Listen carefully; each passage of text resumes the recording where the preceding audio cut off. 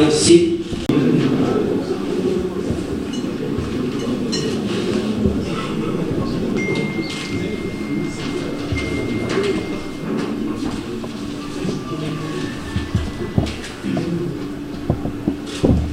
Jude Lions, based in 5th Division of the Northern Region,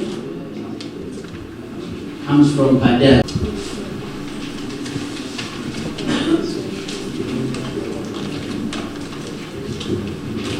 Nek FC plays in the Kufa Big League. Nek Football Club is also Kajjansi United plays in the Uganda Region League.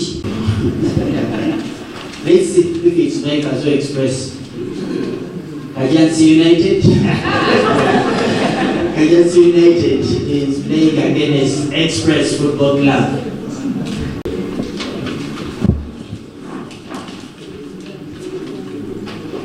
Blue Star FC. Blue Star plays in the Kitara Region League. Comes from Kikube District. Blue Star versus Luero United Football Club plays. Express FC. Fort Portal Boda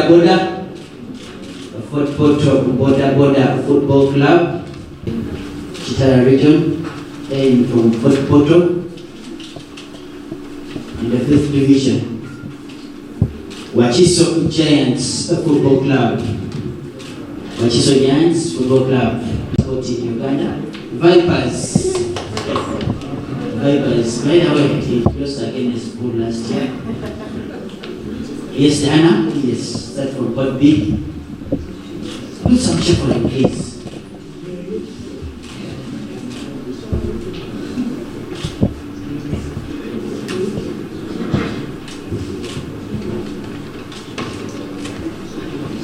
Aputun Football Club.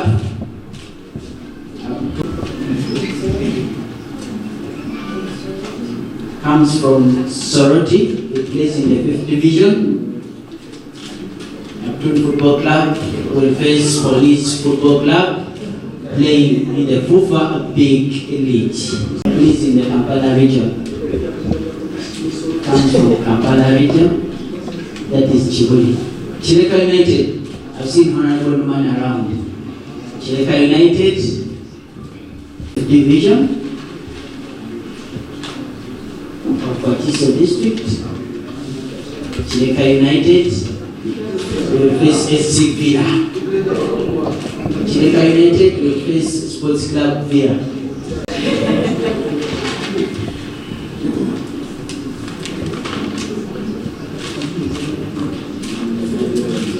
Chila Boys. Some the same.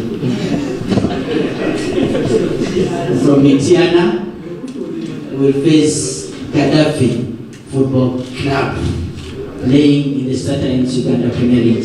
Thank you. The 50 million shillings. We have some good footballers here. Ivan is here, Steven is here, Ochiro is here. For the 49th edition. So we wait next year. I'm sure we shall win the 50 million shillings. Allow me to recognize the club representatives.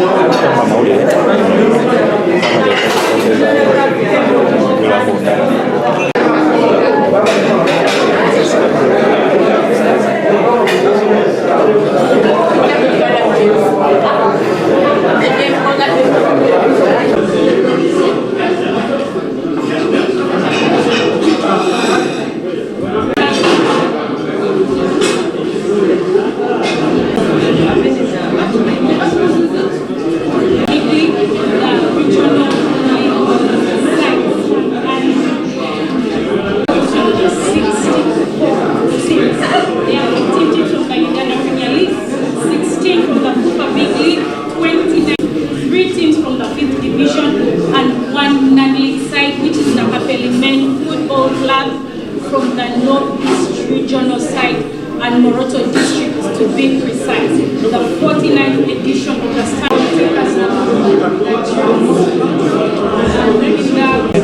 Guno gumwe mulundi ogwa kyenda munya nga emizannyo gino eja Stanbic Uganda Cup gitegekebwa ku mutendera ogwa ttiimu enkaaga mu ebbiri era olwaleero tulaba nti nno abavugirizi b'omupiira guno b'empaka zino aba Kansai Paints ne Stanbic Uganda Cup bazizza bujja omukago gwabwe olw'ebirungi ebiri mu muzannyo guno nga wetuukira wano okubeerera mu 17 tuweereza ddala club eziwerera ddala 328 ekiraga nti nno okugatta club ennene n'ez'omumakati n'eza wansi mu mipiira gye gimu kyekimu ku ekyo ekisinga okusanyula abawagizi kuba bireetamu okumanyagana okupya n'obukugu obupya ate babeera beegezesaamu kati gye mulimu kwegyo emipiira egigenderwamu fufa kyegenderwamu okukuza ebitone ate n'okwongera okulondoola oba okuscoutinga oba okulaba abasambi ki abaliwa era mu ebyo okutuukiriza ekigenderwa kyakyo eky'emyaka 5 egy'okuza omupiira mu Uganda ne wabweru waayo. Cup kyekikopo ekimu ku bisinga okuba obuganzi muno mu ggwanga era kyekikopo ekisinga okubaamu n'ennamba ya ttiimu ezeetabamu okusinga okuba ennyingi. Omwaka ogwaggwa twabeerina teams 249 zezeetaba okuva wansi ku mutendero ogwa wansi ogwa preliminary level twalina teams 249. Omulundi guno tubadde ne teams 38 ezeetabye ku preliminary round kutenga bwe bugenze maaso era nsuubira nti bubadde butangaavu oba bulambulukufu nga buli omu bwabadde alaba nga tubukwata.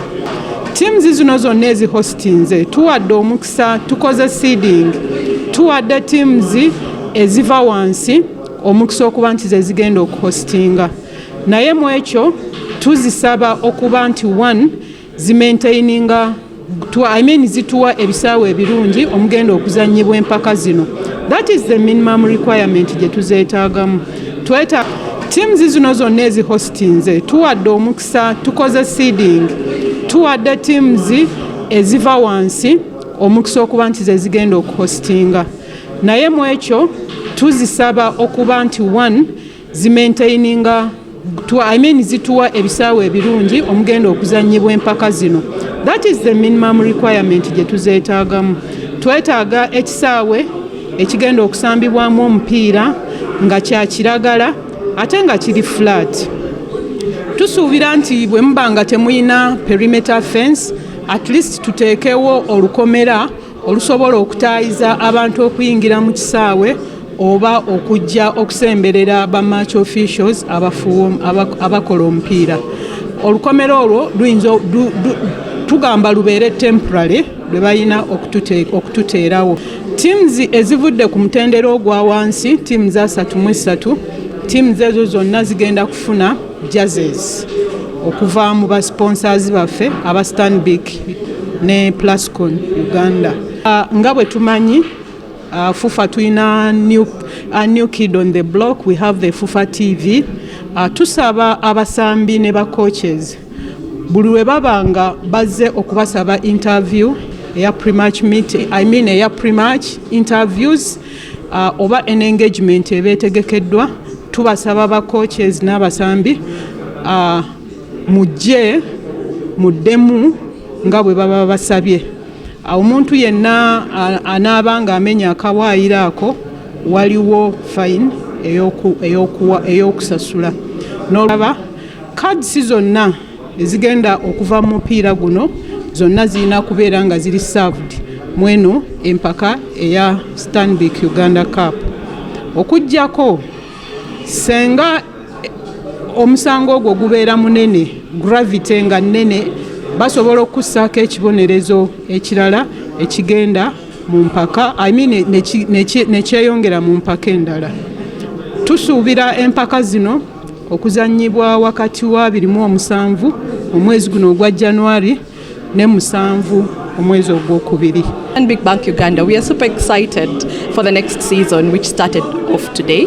And we have realized that soccer is one of those things that unites us, you know, as a country. It brings various people from all walks of life and unites them. So we are really excited, and I can re-emphasize that our commitment to this tournament is for the long haul, and we will always be here and remain committed to being part of this competition. My plea to parents is that going forward, please encourage your children to be part of soccer, because the opportunities are immense. There are global opportunities that they can't be able to have. So it's important that find one of those clubs that they can be able to be part of.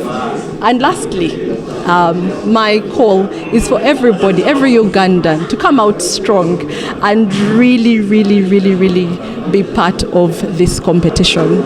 Stand with your clubs and encourage them. Be those fans, those die-hard fans that will encourage and stand with the teams. And may the best team win.